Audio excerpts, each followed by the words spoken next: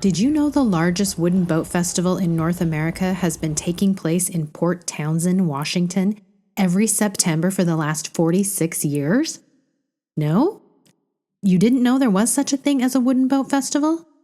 And you didn't know several such spectacles happen every year in the continental U.S. alone? You say you're not quite sure where Port Townsend is? Well, friends, climb aboard, and through the portal to an otherworldly place filled with skiffs, schooners, and sloops, with ketches, cutters, and coastal cruisers.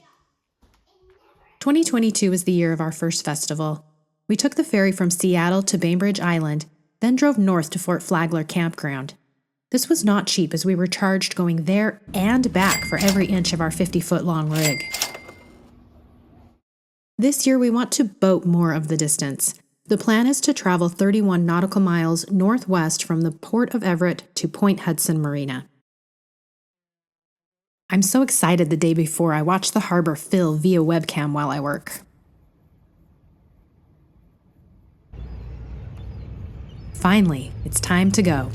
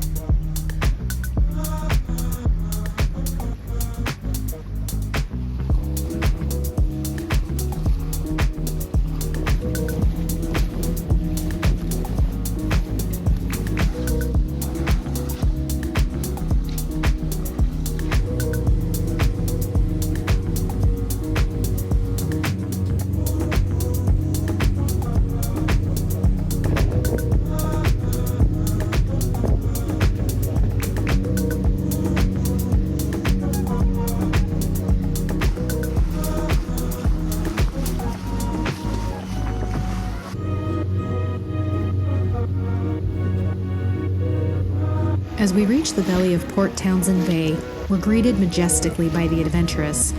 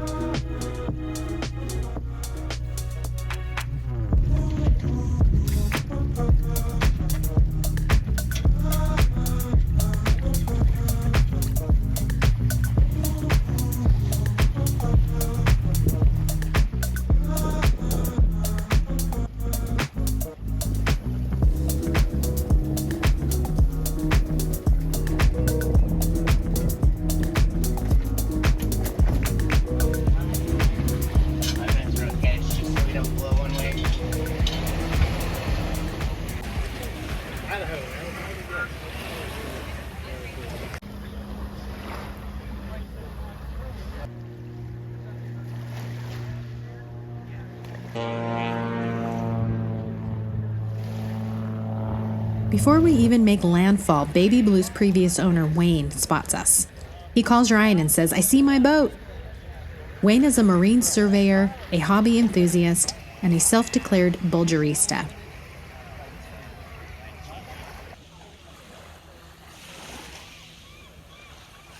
That is Wayne and us, pictured at last year's festival on that big pillow you're always spotting. Present from a friend, in case you were wondering. Wow, that's a track. She's a good-looking boat. Oh, wow. It's really neat. So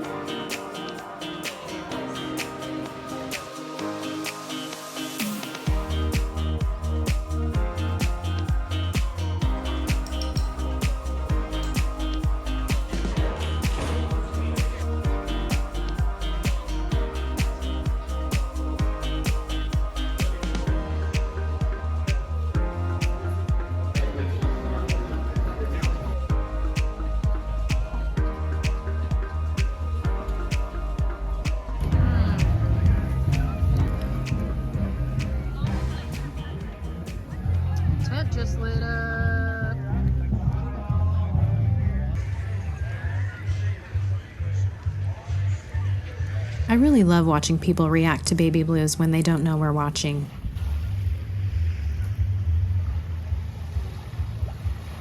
As we head out for the night, we still want to be part of the party.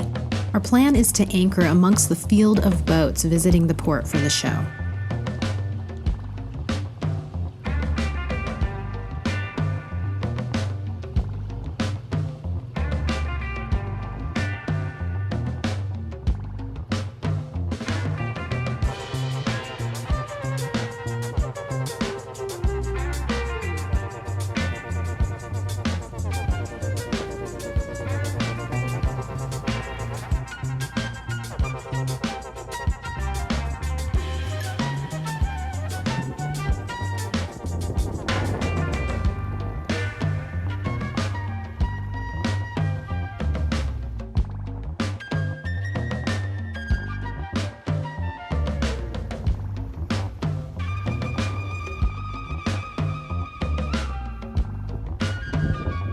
As we suss the anchorage, we realize this party is a bit too popular.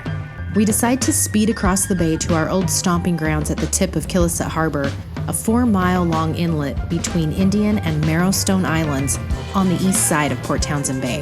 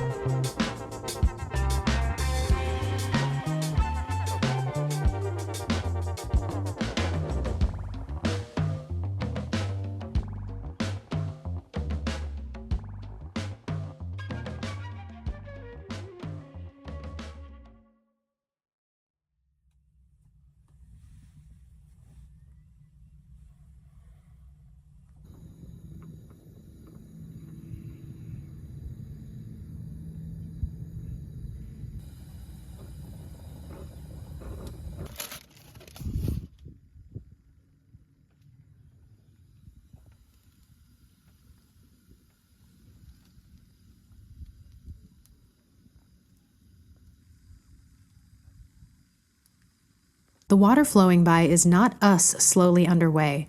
The tides here swing 8 to 10 feet regularly, so the result is 1 to 3 knots of current, always going one way or the other. I never capture it on my phone, but at intervals, sunrays pierce the opaque green water, and a multidimensional world is perfectly illuminated, revealing bull kelp, crab husks, and white jellies floating by. And the occasional St. Bernard.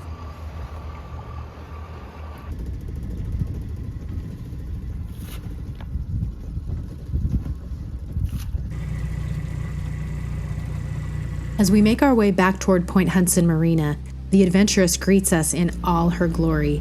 Her full sails show off all 5,478 square feet of area, and her 21-foot wide cockpit holds 100 or so passengers comfortably.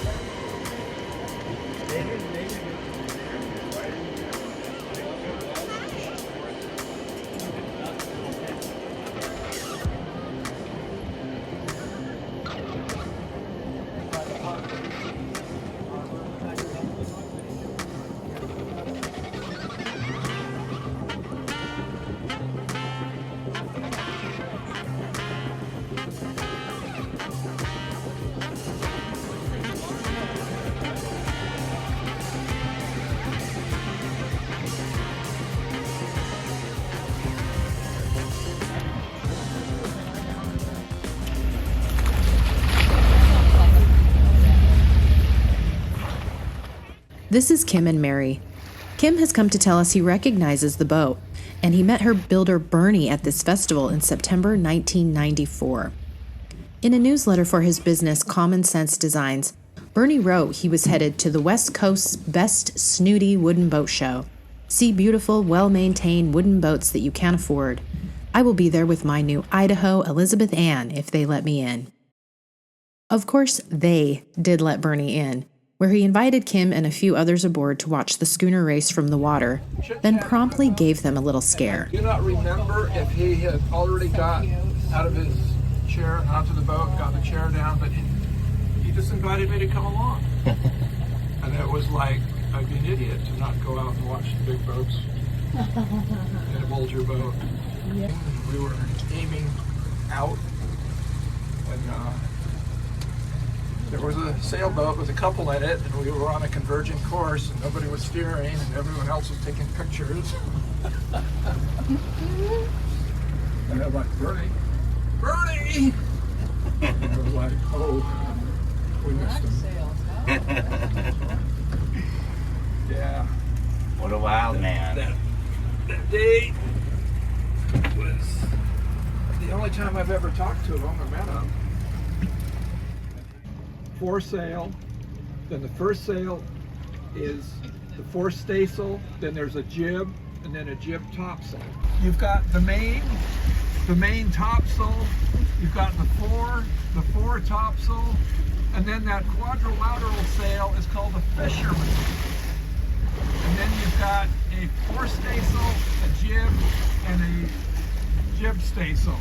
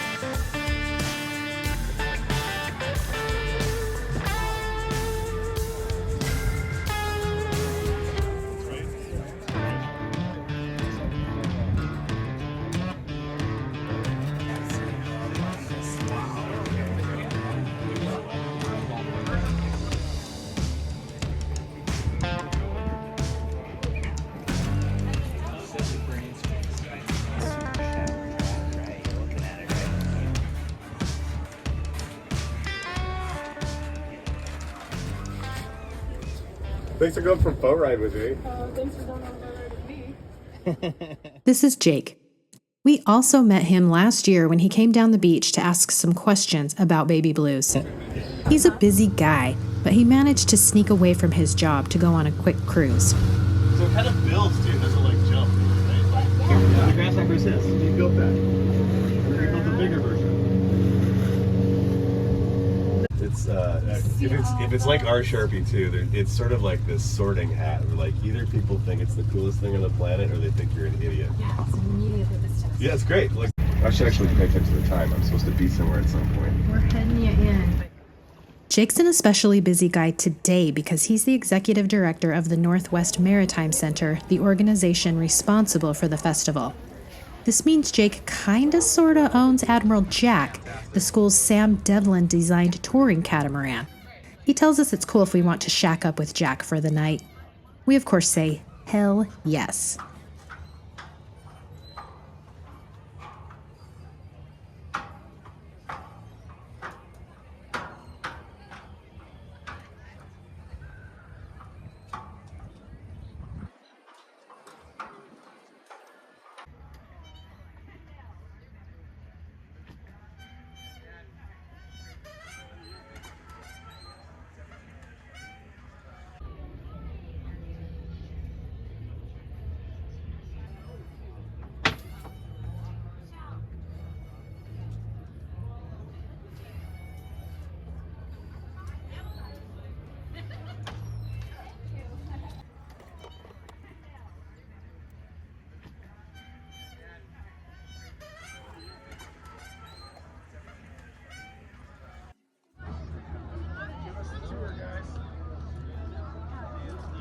After a beer, it's time for more boats.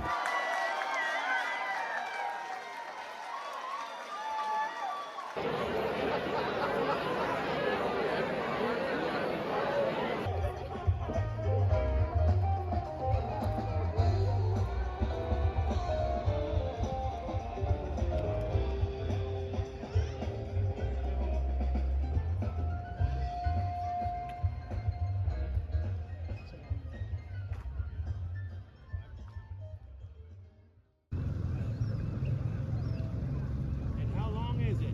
31. All right then. That's a goofy. One off, I imagine. It is. I think there's two of them that we know about. One's in Argentina. Is that right? Yeah. It's a Bill Bolger, right? Exactly. Yeah. Idaho. Have a good one.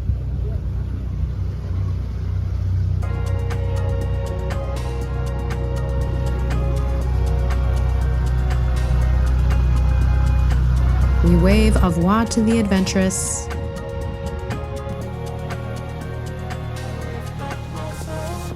Say adios to Admiral Jack.